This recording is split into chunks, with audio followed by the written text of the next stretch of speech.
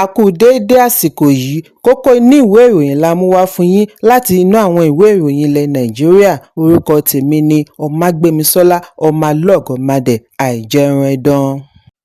Ààrẹ Bọ́lá Tinubu ti pàṣẹ kí wọ́n lépa àwọn adàlúrú tí wọ́n lọ́wọ́ nínú ìkọlù alágbára tí ó wáyé ní àwọn ìlú ní ìpínlẹ̀ Niger, níbi tí àwọn tí ó lé lógójì ti di olóògbé bí wọ́n ti jí ọ̀pọ̀ gbé lọ. Nínú àtẹ̀jáde àná tí ààrẹ fúnra rẹ̀ bu ọwọ́ lù ni ó ti ní òun ti darí mínísítà agbèfọ́ba, àwọn olórí ológun, ọ̀gá ọlọ́pàá yányán àti ọ̀gá àgbà fún àjọ ọ̀tẹlẹ̀múyẹ́ DSS kí wọ́n lépa àwọn oníṣẹ́ láabi tí wọ́n ṣe ìkọlù sí Kasuwandaji kí wọ́n sì rí i dájú wípé wọ́n fi wọ́n jófin.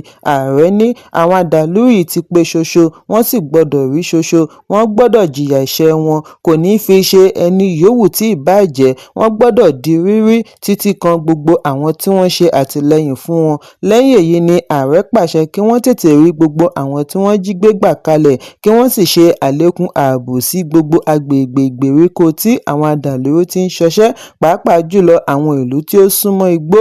Ààrẹ ṣàlàyé wípé àkókò yìí nílò ìfitọ́mọnìyàn ṣe humanity. A gbọ́dọ̀ dúró tira wa gẹ́gẹ́ bí ọ̀kan kí a dùmọ̀pọ̀ kojú àwọn adàlúrú tó ń ṣẹ̀rùbani wọ̀nyí, nítorí pẹ̀lú ìṣọ̀kan ni a fi lè borí ìṣòro. A gbọ́dọ̀ rí i dájú wípé àlàáfíà jọba padà sí àwọn ìlú tí ìkọlù ti wáyé. Tinubu sọ èyí bí ó ti ń gbàdúrà àjánà onídẹ̀ra fún àwọn tí wọ́n pàdánù ẹ̀mí wọn. Àṣẹ ààrẹ yìí ń wáyé lẹ́yìn ìkọlù alápapọ̀ tí àwọn afurasí bandit ṣe ní ọ̀sán ọjọ́ àbámẹ́ta ní ìjọba ìbílẹ̀ Agwara àti Bogu ní ìpínlẹ̀ Niger. Gẹ́gẹ́ bí àtẹ̀jáde láti ọwọ́ ikọ̀ ọlọ́pàá ìpínlẹ̀, wọ́n ní àwọn adàlúrú yìí ni wọ́n ní ìgbàgbọ́ wípé wọ́n jáde láti National Park Forest ojúnà ìletò Kàbè kí wọ́n tó gba Kàbè ya wọ abúlé Kasuwandaji ní Demo. Alukoro ọlọ́pàá ìpínlẹ̀ Wàsíù Abíọ́dún ní ìkọlù yìí bẹ̀rẹ̀ láàrin aago 4 ààbọ̀ ìrọ̀lẹ́, wọ́n sì wà lẹ́nu rẹ̀ fún ọ̀pọ̀lọpọ̀ wákàtí. Wọ́n ṣekú pa ènìyàn tí ó lé lọ́gbọ̀n, dáná sun ọjà, já ṣọ́ọ̀bù, jí ọ̀pọ̀lọpọ̀ oúnjẹ. Abíọ́dún ní àwọn wọ̀nyí ríbi ṣọṣẹ́ látàrí bí agbègbè yìí ṣe jẹ́ ìgbèríko tí kò sí ẹ̀ṣọ́ aláàbò. Lẹ́yìn èyí ni wọ́n ṣẹ̀ṣẹ̀ darí ẹ̀ṣọ́ lọ agbègbè. Alukoro fi kún un wípé ikọ̀ agbófinró ti ṣe àbẹ̀wò síbi ìṣẹ̀lẹ̀, ìgbìyànjú sì ti ń lọ lọ́wọ́ láti rí àwọn tí wọ́n jí gbé gbà kalẹ̀. Ẹ̀kúnrẹ́rẹ́ ìròyìn wà nínú ìwé ìròyìn Punch tó jáde lónìí. Bí àwọn ilé-ìwé ní ìpínlẹ̀ Taraba ṣe ń gbáradì àti wọlé padà ní ọjọ́ Ajé ni ìpèníjà ń pọ̀ sí i bí ìjọba ṣe ń ṣe àyípadà iléèwé boarding sí iléèwé olójoojúmọ́ day school. Èyí ń wáyé lẹ́yìn ìkéde gómìnà Abu Kefas wípé kí wọ́n ti gbogbo boarding hostel, secondary, iléèwé ìjọba àti aládàáni pa káàkiri ìpínlẹ̀. Ọ̀sẹ̀ díẹ̀ lẹ́yìn ìkéde ni àyípadà bẹ̀rẹ̀ sí í dé sí ìgbé ayé akẹ́kọ̀ọ́, òbí àti gbogbo àwọn tí ọ̀rọ̀ kàn, tí wọ́n fi yí gbogbo secondary pátápátá padà sí day school. Ìjọba yarí wípé ìgbésẹ̀ yìí jẹ́ dandan. Gẹ́gẹ́ bí àtẹ̀jáde láti ọwọ́ kọmíṣánná fún ètò ẹ̀kọ́ Augustina Godwin, wọ́n ní ìgbésẹ̀ yìí wáyé látàrí àlékún ìkọlù àwọn ajínigbé sí ọ̀pọ̀lọpọ̀ iléèwé ní ìpínlẹ̀. Wọ́n ní iléèwé boarding ní ìkọlù yìí ti wọ́pọ̀ jù, èyí tí wá dá ìfòyà sílẹ̀ fún ààbò àwọn akẹ́kọ̀ọ́. Fún ọ̀pọ̀ akẹ́kọ̀ọ́, iléèwé boarding ní kọjá ibi à ń sùn, ó jẹ́ àyíká tí ó fún wọn láǹfààní àti kàwé láwọn àǹfààní tí wọn kò rí nílé. Àwọn olùkọ́ tí wọ́n bá akọ̀ròyìn sọ̀rọ̀ ní ìdíwọ́ ti wà fún àkókò tí àwọn akẹ́kọ̀ọ́ fi ń kẹ́kọ̀ọ́. Ọ̀pọ̀ ló ń rin ìrìn àjò oníwákàtí kí wọ́n tó dé iléèwé lójoojúmọ́. Nígbà tí wọ́n bá máa fi dé iléèwé, á ti rẹ̀ wọ́n. Òbí náà ń fi ara kó nínú ìṣòro yìí nítorí owó gọbọi tí wọ́n ń ná lójúmọ́ lórí ọkọ̀, oúnjẹ àti bẹ́ẹ̀ bẹ́ẹ̀ lọ. Ẹ̀kúnrẹ́rẹ́ ìròyìn wà nínú ìwé ìròyìn Daily Post tó jáde lónìí. Ẹgbẹ́ òṣèlú African Democratic Congress (ADC) ti sọ ní ọjọ́ àbámẹ́ta wípé àwọn ti gba 5,000 ọmọ ẹgbẹ́ tuntun ní ìpínlẹ̀ Abia láì tí ì pé ọ̀sẹ̀ kan tí gómìnà àná fún ìpínlẹ̀ Anambra tí ó tún jẹ́ olùdíje du ipò ààrẹ àná láti ẹgbẹ́ òṣèlú Labour Peter Obi darapọ̀ mọ́ ẹgbẹ́. Olùdíje du ipò gómìnà ọdún 2023 láti ẹgbẹ́ Accord, Bishop Emeka Nwakpa ni ó darí ọ̀pọ̀ èrò tí wọ́n darapọ̀ mọ́ wọn yìí ní ìlú abínibí rẹ̀ Umuaku Ntiga, ìjọba ìbílẹ̀ Àríwá Isiala Ngwa, ìpínlẹ̀ Abia.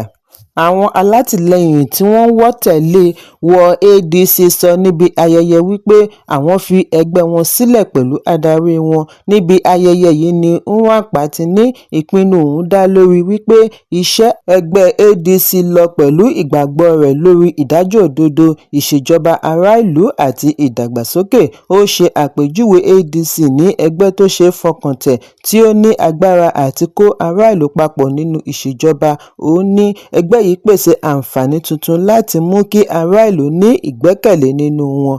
Ẹ̀kúnrẹ́rẹ́ ìròyìn wà nínú ìwé ìròyìn Daily Post tó jáde lónìí.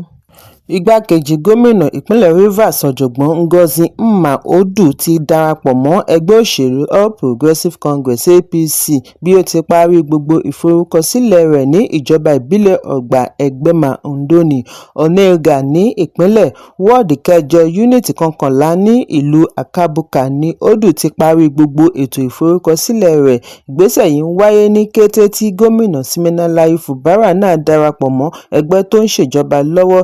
Níbi àbẹ̀wò rẹ̀ sí Onega, ẹkùn mẹ́fẹ̀ẹ̀fà Onega ni wọ́n ti ṣe àgbékalẹ̀ láti dá ará ìlú lẹ́kọ̀ọ́ lórí ìforúkọsílẹ̀ ẹgbẹ́ látòrí ìmọ̀ ẹ̀rọ ìgbàlódé bí ó ti rọ̀ wọ́n kí wọ́n ṣe ìforúkọsílẹ̀ lọ́pọ̀ yanturu. Bákan náà ni Odu rọ̀ wọ́n kí wọ́n ṣe àtìlẹ́yìn fún Ààrẹ Bọ́lá Tinubu àti gómìnà Siminalayi Fubara nítorí a nílò láti mú agbára wọ ìgbèríko. Akọ̀wé ìjọba ìpínlẹ̀ Rivers Dr. Benibo Anabraba náà ti kọ̀wé fipò sílẹ̀ kúrò ní ẹgbẹ́ òṣèlú People's Democratic Party (PDP). Ṣùgbọ́n kò tíì ṣe àfihàn ẹgbẹ́ tí ó darapọ̀ mọ́ bí ó ti fi ìmoore rẹ̀ hàn sí ẹgbẹ́ PDP fún àǹfààní tí wọ́n fún un lákòókò tí ó fi wà pẹ̀lú wọn. Ìwádìí sọ di mímọ̀ wípé bí omi lèrò ń ya kúrò ní PDP láti ìgbà tí gómìnà Fubara ti fi ẹgbẹ́ alátakò sílẹ̀. Ìpínlẹ̀ tún ti ń kojú rògbòdìyàn òṣèlú bí mínísítà ìlú Àbújá Nyesom Wike ṣe ń wàákò pẹ̀lú ọmọ rẹ̀ nídìí òṣèlú gómìnà Fubara. Bí Fubara ṣe darapọ̀ mọ́ ẹgbẹ́ tó ń ṣèlú lọ́wọ́ pẹ̀lú èròǹgbà àti padà sórí oyè ní ọdún 2027 ni Wike ń lérí àti ba ìmọ̀ rẹ̀ jẹ́. Ẹ̀kúnrẹ́rẹ́ ìròyìn wà nínú ìwé ìròyìn Daily Post tó jáde lónìí. Òṣèrébìnrin Bímbọ́ Thomas ti ṣàlàyé ìrírí rẹ̀ níbi tí àwọn adigunjalè ti ṣe ìkọlù sí ilé ìtura tí wọ́n gbà fún gbogbo òṣèré tí ó kópa nínú yíya sinimá Ọmọ Ghetto Apá Kejì ní agbègbè Èbúté Mẹ́ta, ìpínlẹ̀ Èkó. Àwọn afurasí tí ó jọ bí ẹni wípé ẹni ní sinimá Fúnkẹ́ Akíndélé ni wọ́n tọpinpin wá ya wọ ilé ìtura lóru ọ̀gànjọ́. Níbi ìfọ̀rọ̀wánilẹ́nuwò pẹ̀lú Jude Gideon wọ̀ ní Thomas ti ní ipa ọmọ líle tí àwọn kó nínú eré ọ̀hún mú ìpèníjà wá lọ́wọ́ àwọn jàǹdùkú àdúgbò. Ó ní ọ̀pọ̀ ìgbà tí àwọn bá ń ya sinimá yìí ni àwọn ọmọ ìsọ̀ta àdúgbò máa ń wá yọ wọ́n lẹ́nu nítorí wọ́n rí wípé ìwà àwọn ni wọ́n ń ṣe àfihàn rẹ̀. Thomas ní bí ó tilẹ̀ jẹ́ wípé àdúgbò tí òun dàgbà sí rèé tí ó yẹ kí wọ́n bu ọ̀wọ̀ fún un, síbẹ̀ wọ́n ní láti lọ ké sí àwọn ẹ̀ṣọ́ aláàbò láti wá dáàbò bò wọ́n. Alẹ́ ọjọ́ tí àwọn adigunjalè wọ ilé ìtura, wọ́n súré lọ fi Akíndélé pamọ́ sí ilé ìwẹ̀, ṣùgbọ́n àwọn wọ̀nyí padà rí tí wọ́n fi mú un lọ, tí wọ́n fi tipátipá mú un láti máa kọrin fún wọn pẹ̀lú ijó. Thomas ṣe àpèjúwe ìṣẹ̀lẹ̀ yìí ní èyí tí ó bà wọ́n lẹ́rù gidigidi nítorí gbogbo èrò wọn ni wípé wọ́n fẹ́ pa wọ́n. Gbẹ̀yìngbẹ́yín ọwọ́ àwọn agbófinró padà tó nínú àwọn wọ̀nyí lẹ́yìn ìgbìyànjú wọn àti ṣe ìkọlù fún ìgbà kejì. Ẹ̀kúnrẹ́rẹ́ ìròyìn wà nínú ìwé ìròyìn The Nation tó jáde lónìí. Ẹgbẹ́ agbábọ́ọ̀lù àgbà ní Nàìjíríà ìyẹn Super Eagles yóò kojú akẹgbẹ́ wọn ti ìlú Mozambique ní déédé agogo 8 ọjọ́ Ajé ọjọ́ 5 oṣù Kínní ọdún tí a wà yìí. Èyí ni ìpele 16 round of 16 tí yóò jẹ́ kí a mọ ẹni tí yóò pegedé sí ìpele quarter final. Àwọn tí wọ́n ti gbóúnjẹ fẹ́gbẹ́ tí wọ́n tún gbàwó bọ̀ sí ìpele yìí ni ẹgbẹ́ agbábọ́ọ̀lù Senegal, Mali, Cameroon àti Morocco. Eṣinṣin ń lérí, òṣùṣù ọwọ̀ náà ń lérí, ìpàdé di orí agolo Geisha. Mozambique ń pariwo wípé àwọn kò kéré mọ́ nígboro ayé. Ìgbà àkọ́kọ́ rèé tí tí Mozambique máa ṣàṣeyọrí sí ìpele ẹlẹ́sẹ̀ ayò kẹrìndínlógún lẹ́yìn tí wọ́n ti kojú ẹgbẹ́ agbábọ́ọ̀lù Gabon tí wọ́n sì jáwé olúborí pẹ̀lú ayò 3-2. Bẹ́ẹ̀ wọ́n kojú ẹgbẹ́ agbábọ́ọ̀lù Ivory Coast tí wọ́n sì nà wọ́n pẹ̀lú ayò kan. Àwọn akẹgbẹ́ wọn the Indomitable Lions ti ìlú Cameroon ṣá wọn lẹ́gba pẹ̀lú àmì ayò 2-1. Mozambique ni ó gbé ipò kẹta nínú Group F ní ìsọ̀rí àkọ́kọ́. Eléyìí ló fún wọn láyé jẹ láti pegedé sí ìsọ̀rí kẹrìndínlógún gẹ́gẹ́ bí ọ̀kan lára àwọn tí ó gbé ipò kẹta nínú àwọn mẹ́rin tí wọ́n fún ní ààyè sí ìpele kẹrìndínlógún. Déédé agogo 8 alẹ́ òní ni wọn yóò fi igagbága pẹ̀lú ọkọ ìyá wọn Super Eagles of Nigeria. Ẹ̀kúnrẹ́rẹ́ ìròyìn wà nínú ìwé ìròyìn Complete Sports tó jáde lónìí. Ẹgbẹ́ agbábọ́ọ̀lù Manchester United ti pínyà pẹ̀lú olórí akọ́nimọ̀ọ́gbá head coach Ruben Amorim gẹ́gẹ́ bí ẹgbẹ́ yìí ṣe fìdí ẹ̀ múlẹ̀ lánàá. Amorim tí wọ́n yàn sípò nínú oṣù kọkànlá ọdún 2024 fi ipò yìí sílẹ̀ lẹ́yìn tí ó darí ikọ̀ dé UEFA Europa League final ní Bilbao nínú oṣù karùn-ún. Pẹ̀lú bí United ṣe wà ní ìpele kẹfà ní Premier League, wọ́n ní ìpinnu yìí wáyé pẹ̀lú ìgbàgbọ́ wípé yóò yí ipò ẹgbẹ́ padà sí rere kí wọ́n tó parí sáà yìí. Nínú àtẹ̀jáde ni ẹgbẹ́ ti dúpẹ́ lọ́wọ́ Amorim fún ìgbìyànjú rẹ̀ bí ó ti gbàdúrà àṣeyọrí nínú gbogbo ìdáwọ́lé rẹ̀ ọjọ́ iwájú. Darren Fletcher yóò gba ìṣàkóso fún ìgbà díẹ̀ pẹ̀lú ìdíje wọn ọjọ́rú pẹ̀lú Burnley. Ẹ̀kúnrẹ́rẹ́ ìròyìn wà nínú ìwé ìròyìn The Nation tó jáde lónìí. Kókó inú ìwé ìròyìn àsìkò yìí kò ní jù báyìí lọ. Ẹ pàdé mi ní ìrọ̀lẹ́ fún àkọ́tún ìròyìn. Kí a tó lọ, ẹ má ṣaláì fi àkíyèsí yín ránṣẹ́ kí ẹ sì bá wa subscribe sójú náà wa lórí YouTube kí kókó inú ìwé ìròyìn lè máa tẹ̀ yín lọ́wọ́ ní kíákíá.